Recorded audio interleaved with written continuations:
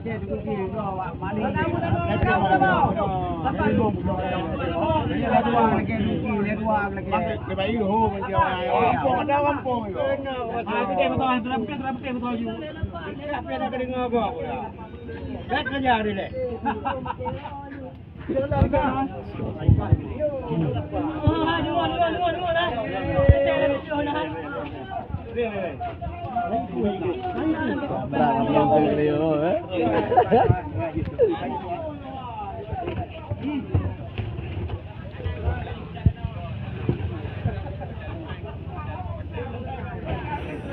dari hari ini tanggal 26 Desember 2021 harga ikan di Kuala ini melonjak naik.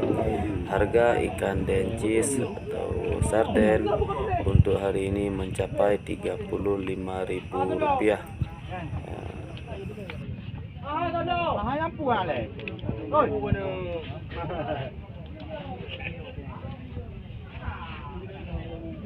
Saya mandal lagi ada orang bodoh. Jom. Saya akan pukul. Oh, ini ada.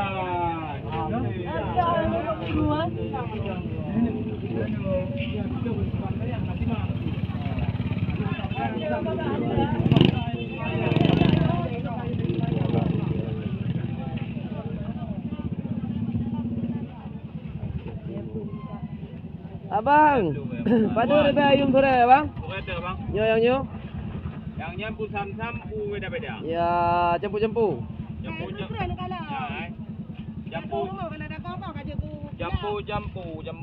Buka julep tu bang. Lep tu bang, kurang pada ya bang? Kurang lah. Kurang lah. Kurang berbeda. Berbeda, berarti 20 kurang ah. Harga. Mana aku jampu je kurang lah. Ya, betul. Dia ingat ni kalau kita apa apa kau bagi duku ke. Bagi duku sana lagi. Bagi duku kampung lagi sana orang boleh bayar. Ya.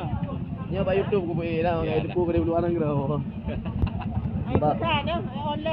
Yang. Mana? Pada yum ke mana bang? Mau belah lebih. Kurang nah. Pada je kurang. Belah lebih. Tipe belah lebih naik don bio. Betul. Nya kurang banyak, hanya ada kurang le bang. Hanya ada kerja, hanya lagi ke mana makan bang. Ke mana makannya mau belah yung tu dah. Yung mana ha? Okey.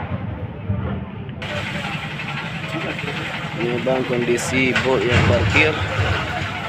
Di Kuala ini ratusan bot parkir tidak berangkat karena keadaan angin dan tidak ada ikan yang untuk dihasilkan. Oh ada juga beliau ni. Dia dah kaya. Ya dari mana ni? Ha? Dari luar. Lagi baik baju ho mana? Baju lah. Ini saya saya dua wek dia ho mana? Upload video lagi. Mana? Alah. Di beli biar apa? Tapi dari kuah. Kau sampai mana beli? Baik ni.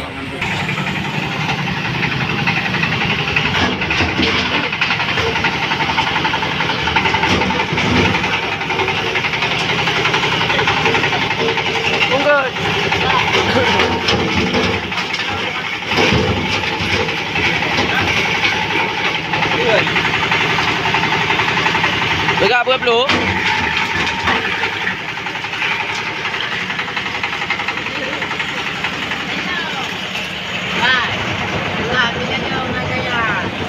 Hanya dengar aku nak sortir you muka lah.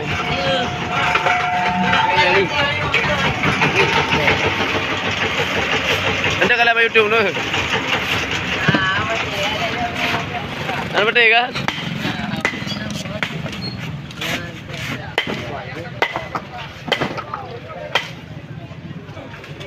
Oh iya dah ada kan?